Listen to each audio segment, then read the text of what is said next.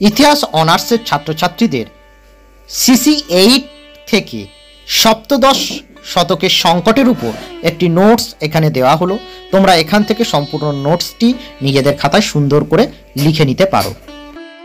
এই ধরনের আরও ভিডিও পেতে আমাদের ডেসক্রিপশন বক্সে থাকা প্লেলিস্ট লিঙ্ক থেকে তোমরা আমাদের প্লেলিস্টে ভিজিট করতে পারো। সপ্তদশ শতকের সংকট। 17 শতকে ইউরোপের আর্থসামাজিক সংকট একটা অবিতর্কিত বিষয়। এই শতাব্দীতেই ভূমধ্যসাগর ও তার আশেপাশের এলাকা আর্থ, রাজনৈতিক ও সাংস্কৃতিক প্রভাব শেষ হয়ে যায়। আইবেরীয় শক্তিদ্বয়, ইতালির নগর রাষ্ট্রগুলি এবং তুরস্কের অবক্ষয় অপ্রতিরোধ্য হয়ে ওঠে। বাণিজ্যিক তৎপরতায় সমৃদ্ধ ভেনিস পরিণত হয় প্রায় একটা ট্যুরিস্ট সেন্টারে। উত্তর পশ্চিমের মুক্ত বন্দর সহ কয়েকটি রাষ্ট্র আলজিয়ার্স বাদে মহাদেশে উন্নতির সমস্ত চিহ্নই ধীরে ধীরে হারিয়ে যাচ্ছিল। জার্মানির অবসাদের চিহ্ন ছিল স্পষ্ট। পোল্যান্ড, ডেনমার্ক এবং হানসার পরিস্থিতি ছিল হতাশাব্যঞ্জক। তবে এই অধ্যায়ে ইংল্যান্ড, হল্যান্ড, সুইডেন, রাশিয়া এবং সুইজারল্যান্ডের রাজনৈতিক উন্নতির ইঙ্গিত থাকলেও শতাব্দীর শেষ 2-1 দশকের আগে তাদের রাজনৈতিক সাফল্যের সঙ্গে তাল মিলিয়ে অর্থনৈতিক সাফল্য অর্জিত হয়নি। 17 শতকের মাঝামাঝি সময়ে এটা স্পষ্ট হয়ে গিয়েছিল যে ভূমধ্যসাগর বা বাল্টিক অঞ্চলের ক্ষয়ক্ষতি আটলান্টিক কখনোই পূরণ করতে পারেনি। ইউরোপের প্রায় সর্বাত্মক অবসাদের প্রমাণ পাওয়া গিয়েছিল তার জনসংখ্যা বৃদ্ধির হার স্তব্ধ হয়ে যাওয়ার মধ্য দিয়ে। নেদারল্যান্ডস, নরওয়ে, সম্ভবত সুইডেন এবং সুইজারল্যান্ড ছাড়া অন্যান্য দেশের লোকসংখ্যা উল্লেখযোগ্যভাবে বাড়েনি। স্পেন, দক্ষিণ ইতালি, জার্মানি, হাঙ্গেরি, পোল্যান্ড, পূর্ব ফ্রান্সে জনসংখ্যা হারের অধোগমিতা ছিল স্পষ্ট। বেলজিয়াম এবং ইংল্যান্ডে এই প্রবণতা কম হলেও মহাদেশের অন্যান্য অঞ্চলে মৃত্যুহারের গতি ছিল ঊর্ধ্বমুখী। 16 শতকে কৃষিতে পুঁজি বিনিয়োগ না হলেও সামন্ততান্ত্রিক উৎপাদন ব্যবস্থায় খাদ্যশস্যের চাহিদা মোটামুটিভাবে মেটানো সম্ভব হয়েছিল। কিন্তু 17 শতকে জমির উর্বরতা বৃদ্ধির জন্য পরীক্ষা নিরীক্ষাগুলি প্রত্যাশিত দীর্ঘমেয়াদী উন্নতি ঘটাতে পারেনি। কৃষি উৎপাদন ব্যবস্থার অধোগমিতার অন্যতম কারণ হিসাবে পরিবেশ, আবহাওয়ার পরিবর্তন দায়ী ছিল। এই সমস্ত কিছুর অনিবার্য পরিণতি ছিল কৃষির ব্যাপক ক্ষয়ক্ষতি। জনসংখ্যা না বাড়লেও খাদ্যশস্যের অভাব এবং অস্বাস্থ্যকর আবহাওয়া মানুষের রোগ প্রতিরোধের ক্ষমতা কমিয়ে দেয়। দেখা দেয় বিভিন্ন ব্যাধি, প্লেগ, টাইফাস, বসন্ত এবং ইনফ্লুয়েঞ্জা কোথাও কোথাও মহামারীর চেহারা নেয় এবং মৃত্যুহার ভয়াবহ হয়ে ওঠে। রুটির জন্য দাঙ্গা অবিরলভাবে ঘটতে থাকে।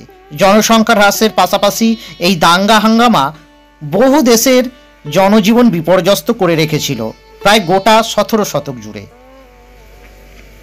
17 শতকে যে সমস্ত অঞ্চলে অবশিল্পায়ন প্রকট হয়ে উঠেছিল তার মধ্যে সর্বাগ্রে উল্লেখ করা যায় ইতালির নগর রাষ্ট্রগুলির। নগরায়ন ও শিল্প বাণিজ্য সবচেয়ে এগিয়ে থাকা ইতালি ছাড়াও জার্মানির অধিকাংশ এবং ফ্রান্স এবং পোল্যান্ডের বিস্তীর্ণ এলাকা কৃষি নির্ভর অঞ্চলে পরিণত হয়। তবে এক্ষেত্রে ইংল্যান্ড, সুইডেন এবং সুইজারল্যান্ড ছিল ব্যতিক্রম। ইতালি এবং ফ্রান্সের রেশম শিল্প কিন্তু প্রচণ্ড ক্ষয়ক্ষতি হয়েছিল। আমেরিকার সঙ্গে স্পেনের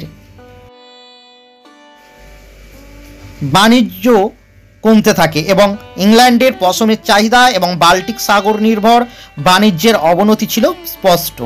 আন্তর্জাতিক বাণিজ্যের অপর প্রধান কেন্দ্র ইতালির অবস্থা ছিল আরও শোচনীয়। পশ্চিম ইউরোপের শিল্প নগরায়িত দেশগুলির উপনিবেশ হিসাবে পরিচিত বাল্টিক এলাকা থেকে রপ্তানিকৃত প্রধান পণ্য খাদ্যশস্যের জায়গা নেয় কাঠ, ধাতব এবং জাহাজ তৈরির কাঁচামাল। পশম ও পশমজাত দ্রব্যের চাহিদাও কমে যায়। 1650 খ্রিস্টাব্দের পর থেকে বাল্টিকদের মতো ভূমধ্যসাগরও স্থানীয় উৎপাদনের লেনদেন, বিশেষ করে কাঁচামালের আমদানি রপ্তানির জন্য ব্যবহৃত হতে থাকে। 16 শতকের একেবারে শেষের দিকে লেভান্ট অঞ্চলে মশলার আমদানি পূর্বাঞ্চল নয় উত্তরাঞ্চল থেকে হতে শুরু করে এবং 1650-এর দশকের এই এলাকায় ফ্রান্সের বাণিজ্য প্রায় স্তব্ধ হয়ে যায়। বাল্টিক এলাকায় বাণিজ্যিক মন্দার ক্ষতি ভূমধ্যসাগর পূরণ করতে পারেনি। এই সময়সীমায় ইউরোপের সম্প্রসারণ প্রক্রিয়াও নিরবিচ্ছিন্নভাবে সফল ছিল না।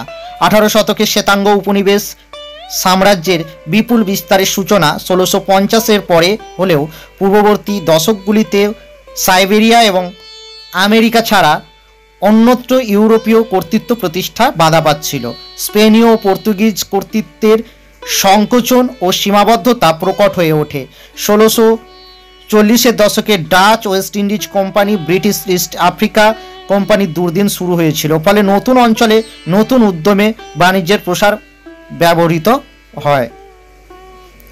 এই শতকের পশ্চিম ও পূর্ব ইউরোপের বিস্তীর্ণ অঞ্চলে বা এলাকায় সামাজিক বিপ্লব, বিদ্রোহ ক্রমে অস্থিরতা এক পরিবেশ তৈরি করে। যাই হোক, ফ্রান্সের শতকের মাঝামাঝি সময়ে শুরু হয়েছিল ফ্রঁদ, যার সামাজিক তাৎপর্য ছিল যথেষ্টই। এছাড়া ক্যাটালান, নিয়াপলিটান এবং পর্তুগিজ অভ্যুত্থানগুলিও 1640-এর দশকে স্পেনীয় ও পর্তুগিজ সাম্রাজ্যের সংকট ঘনীভূত করে দিয়েছিল। 1653 খ্রিস্টাব্দে সুইজারল্যান্ডে কৃষক বিদ্রোহের মধ্য দিয়ে 30 বছরের যুদ্ধপ্রসূত প্রতিক্রিয়া এবং কৃষক শোষণের বিরুদ্ধে প্রতিবাদ প্রতিফলিত হয়। 1640-এর দশকে ইংল্যান্ডে গৃহযুদ্ধ আর্থসামাজিক এবং রাজনৈতিক অস্থিরতার জন্ম দিয়েছিল।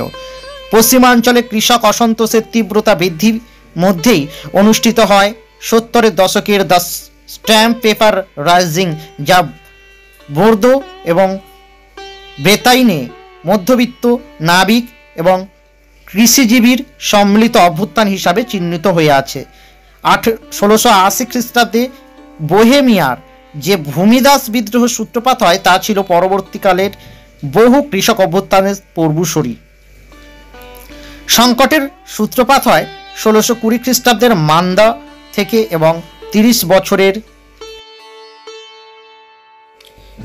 যুদ্ধ দ্রব্যমূল্যের হ্রাস বৃদ্ধি তা কিছুটা প্রভাবিত করার পর এই প্রক্রিয়া 1670-এর দশকে চরমে পৌঁছয়। 17 শতকের এই সংকট স্বরূপ উদ্ঘাটনের জন্য হবসবম অর্থনৈতিক অবক্ষয়ের তত্ত্ব তুলে ধরেছেন। ইতালি সহ মধ্যযুগের অন্যান্য বাণিজ্য ও শিল্পোৎপাদনের সফল দেশগুলিতে সামন্ততান্ত্রিক কাঠামো পুঁজিবাদকে তিনি পরগাছা সুলভ বলেছেন। 16 শতকের ইতালিতে নিঃসন্দেহে সবচেয়ে বেশি মূলধন জমা হয়েছিল, কিন্তু তার বিনিয়োগ ছিল নিষ্ফলা।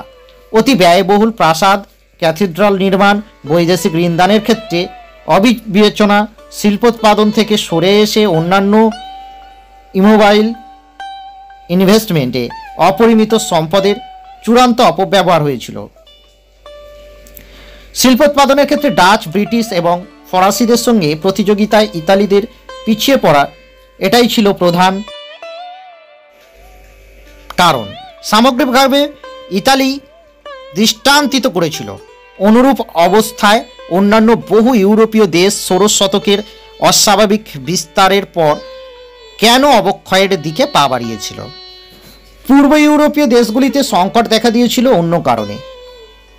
এলবের পূর্বাঞ্চলে সাপ নির্ভর কৃষি উৎপাদন ব্যবস্থা চালু হলে তা ফিউডাল লর্ডদের সম্পদ ও কর্তৃত্বের অস্বাভাবিক বৃদ্ধি ঘটিয়েছিল, যা ছোটোখাটো ভূস্বামীদের গুরুত্বহীন করে দিয়েছিল।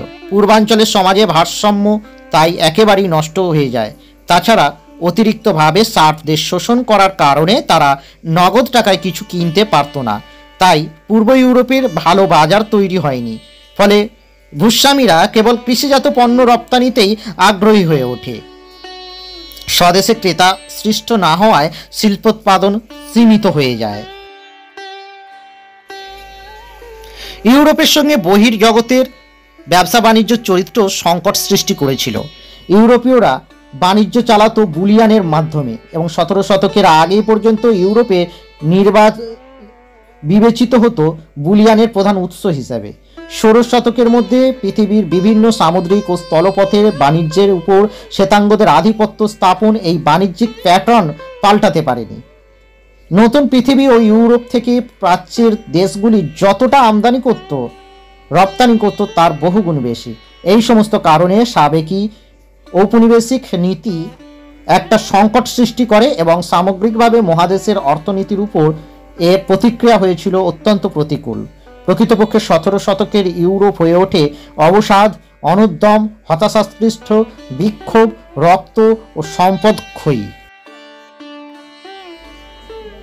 যুদ্ধ বিগ্রহের এক শতাব্দী।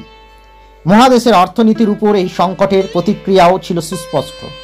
18 শতক পর্যন্ত হল্যান্ডের মতো দেশও এই গতানুগতিকতা থেকে মুক্ত হতে পারেনি। 18 শতকের মধ্যে ইউরোপ সংকটমুক্ত হয়, যদিও পুরনো ঔপনিবেশিক ব্যবস্থা নতুন ধরনের ঔপনিবেশিক নীতির বদলাতে খুব বেশি সময় লেগেছিল। সম্পূর্ণ ভিডিওটি দেখার জন্য অসংখ্য ধন্যবাদ। সবশেষে আমাদের এই ছোট্ট চ্যানেলটি সাবস্ক্রাইব করার একটি ছোট্ট অনুরোধ থাকলো।